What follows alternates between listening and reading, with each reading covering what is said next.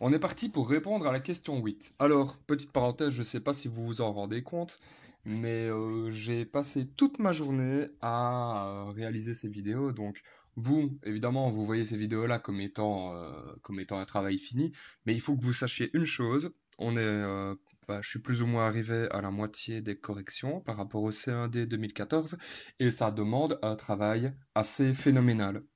Mais je tiens à préciser tout de même que c'est un réel plaisir pour moi de faire ce travail parce que je sais vraiment au fond de moi que ça va vous aider à réussir votre CAD parce que vous, vous allez acquérir une certaine démarche scientifique, en tout cas, je l'espère. Et donc, on est parti pour la question 8. Bien, alors ici, question 8, bah de nouveau, comme d'habitude, vous savez bien, vous connaissez maintenant ma démarche, on analyse le document. Je le lis. La fécondation in vitro, expression latine qui signifie dans le verre, est une technique médicale qui permet à certains couples qui ne peuvent pas avoir d'enfants naturellement de démarrer une grossesse. Cette technique est illustrée ci-dessous. Alors, on vous parle de latin, on vous dit qu'in vitro signifie dans le verre. Bon, c'est pas important, hein, ça. Enfin, ce qui est important de savoir, c'est que c'est une opération qui, en fait, se fait en dehors du corps de la maman. Donc, qui se fait en laboratoire. Et l'expression dans le verre signifie simplement c'est fait en labo. Point barre. Passons aux questions. Première question, la question A. Expliquez en quoi l'obstruction des trompes est un obstacle à la mise en route d'une grossesse. Donc l'obstruction, il faut que vous sachiez que ça veut dire simplement que c'est bouché. C'est un obstacle, c'est bouché. Point barre. Question B. Émettre une hypothèse sur le fait que la température d'incubation est de 36,5 degrés Celsius. Et question C, proposer une situation autre que l'obstruction des trompes qui peut justifier une fécondation in vitro. Ok, on revient au schéma de départ. La première des choses qu'il faut voir, c'est que les trompes, qu'on appelle plus précisément les trompes de Fallope, sont bouchées. Il y a une obstruction et donc un obstacle. Vous devez savoir une chose qui est très importante. Retenez-le toute votre vie.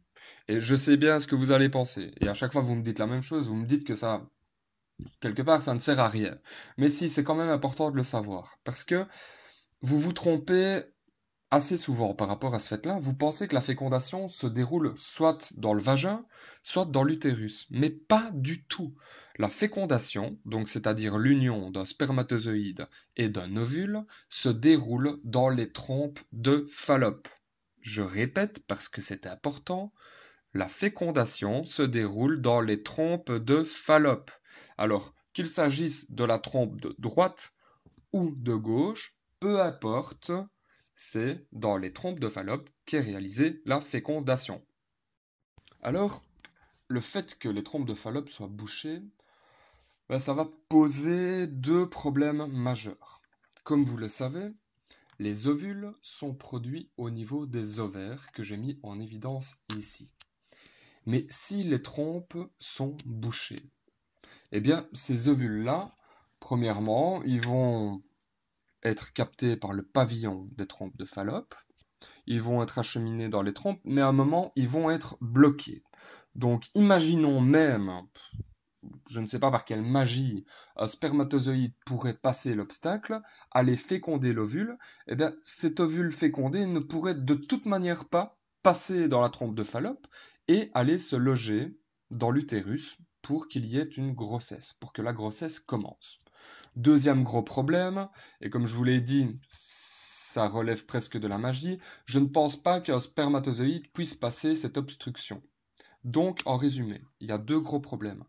L'ovule ne s'est pas passé, les spermatozoïdes non plus. Or, comme la fécondation se déroule dans les trompes de Fallope, eh ben, elle n'est tout simplement pas possible à cause de cette obstruction. Alors, c'est là qu'on va recourir à la fécondation in vitro. On va analyser chacune des étapes de cette fécondation in vitro ensemble. Premièrement, vu que les ovules ne peuvent pas passer dans les trompes de Fallope, eh bien, on va aller les prélever mécaniquement.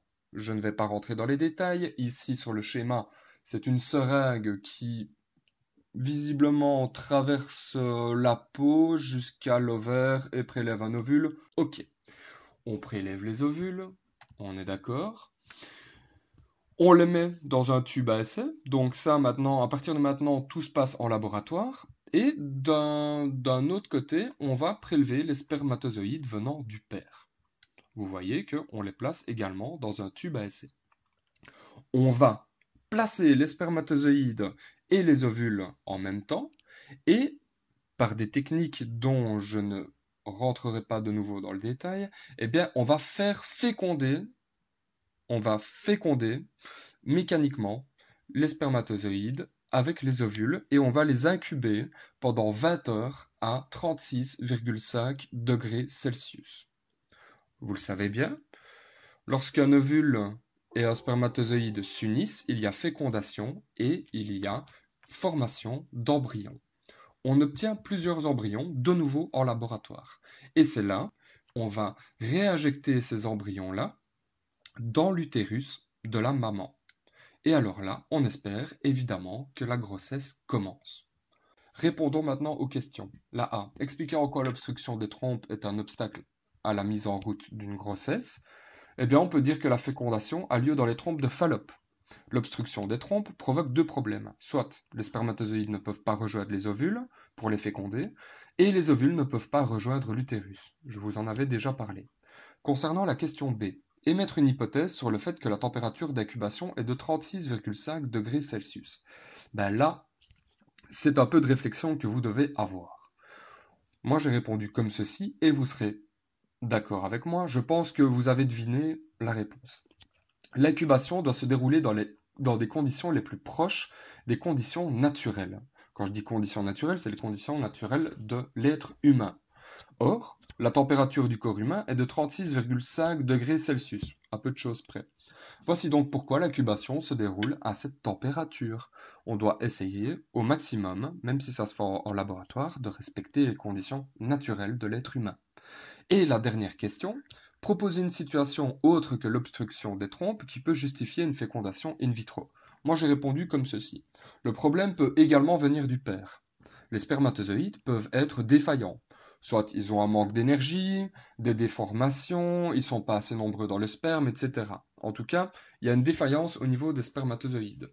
Mais il peut y avoir évidemment d'autres problèmes que je n'ai pas indiqués sur le PowerPoint, en tout cas sur le diaporama. Il peut s'agir d'un couple homosexuel, par exemple deux hommes qui sont ensemble ou deux femmes qui sont ensemble.